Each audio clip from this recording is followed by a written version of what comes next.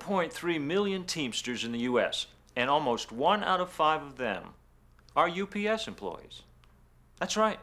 Almost 240,000 Teamsters work for UPS, our biggest competitor, your biggest competitor. Ask yourself, if you're competing for the same customers as UPS and there's a problem, who do you think the Teamsters are going to support? 2 or 3 dozen FedEx contractors in Boston, Massachusetts? Or 240,000 UPS employees? Employees who contribute about $150 million in dues to the Teamsters every year. On our very first day, as we got in our trucks, we could not get through the picket lines. We had Teamster picket lines up of about 50 to 60 people. 3/4 of the picketers were from UPS. And the terminal manager just told us to turn around. On the second day, we had the police, and we were able to exit the building with them. We were followed, each truck was followed by anywhere from 2 to 4 cars, and as we got to our stop and we approached and went to park, they surrounded our trucks with cars. And then as we went to get our packages and leave, they circled our trucks with picket signs. On the third day, we each had an armed security guard in our vehicles because a couple of the drivers had been threatened. And we went on from there, and it went that way for about 3 weeks. And all of a sudden, there were no more picketers, there was nobody following us, and we went on for the next 22.5 years, and we're still here and we're still working. Remember, a package lost by FedEx equals a package gained by UPS. So do you think the Teamsters might call you out on strike to help their pals at UPS? Of course they would. More packages for UPS means better job security for Teamsters at UPS. But how would that help you when your packages are disappearing and you're standing outside holding a picket sign? Most of the contractors here at the Boston terminals have what it takes to make it in this business. The pride, the drive, and the determination it takes to succeed. It's not easy, but lots of hard-working people here are making more money, more take-home money than ever before. Your business is growing year after year, and that's something you and we are very proud of. As for those contractors who want you to become unionized, do you think they've considered the harm a union could cause your business? What would happen to your truck? Could the Teamsters really force FedEx to buy your truck at a fair market value? Come on. You really believe that? Have you asked your accountant how a union agreement might impact your tax status? Could you lose all your tax write-offs? You better figure that out before you vote. And have you thought about how our major shippers would react to a union coming into FedEx? Our shippers want assurance that their packages will be delivered without interruption. The Teamsters strike often. Could our customers take business away from FedEx because they have concerns about work stoppages? Of course they could. In my business, I control everything. This is my business.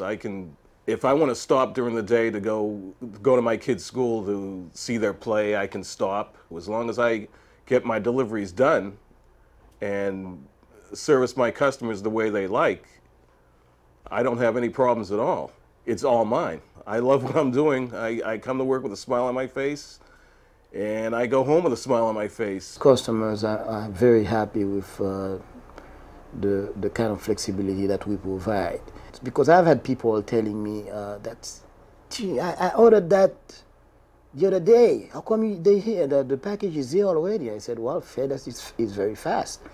And that's one major difference between FedEx and other companies. And I always try to make sure that I sell FedEx. I believe the most important thing that the customer is looking for is reliability. They like seeing the same person bringing their packages to them on a weekly basis. I have a lot of customers I see 2, 3, 4 times a month, and it's like a friend, and the service is very reliable. I've seen my my money increase, my settlements increase 8 to 10% per year since I've been here. I came from a union background. I've had 22 years in the AFL-CIO.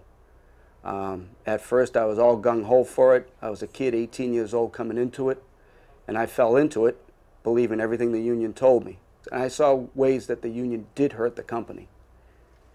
And I saw my own productivity, my own want to work, my own want of doing a good job go right down the tubes.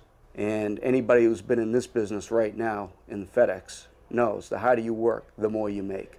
The better job you do, the better you'll feel about yourself. I truly believe that. There was this woman in Gloucester, little old lady. She was getting out of the car one day. I had known her, Martha, and I says, Martha, is this going to help you? She's sure. So she had some bundles. I brought them in. And she goes, you know, you're the nicest man. And I kind of chuckled. She goes, I had a talk with my neighbor the other day, and I told her my FedEx driver is much better than your UPS driver. If you're not a go-getter, then this is not the industry to be in. Service is not an industry to be for someone who just wants to just get by. Service is an industry where you really have to be on the go, have to be on the ball, and you have to know what your priorities are, and know what you want, and you have to go after it. Working for myself and have the ability to expand one day my business is very welcome.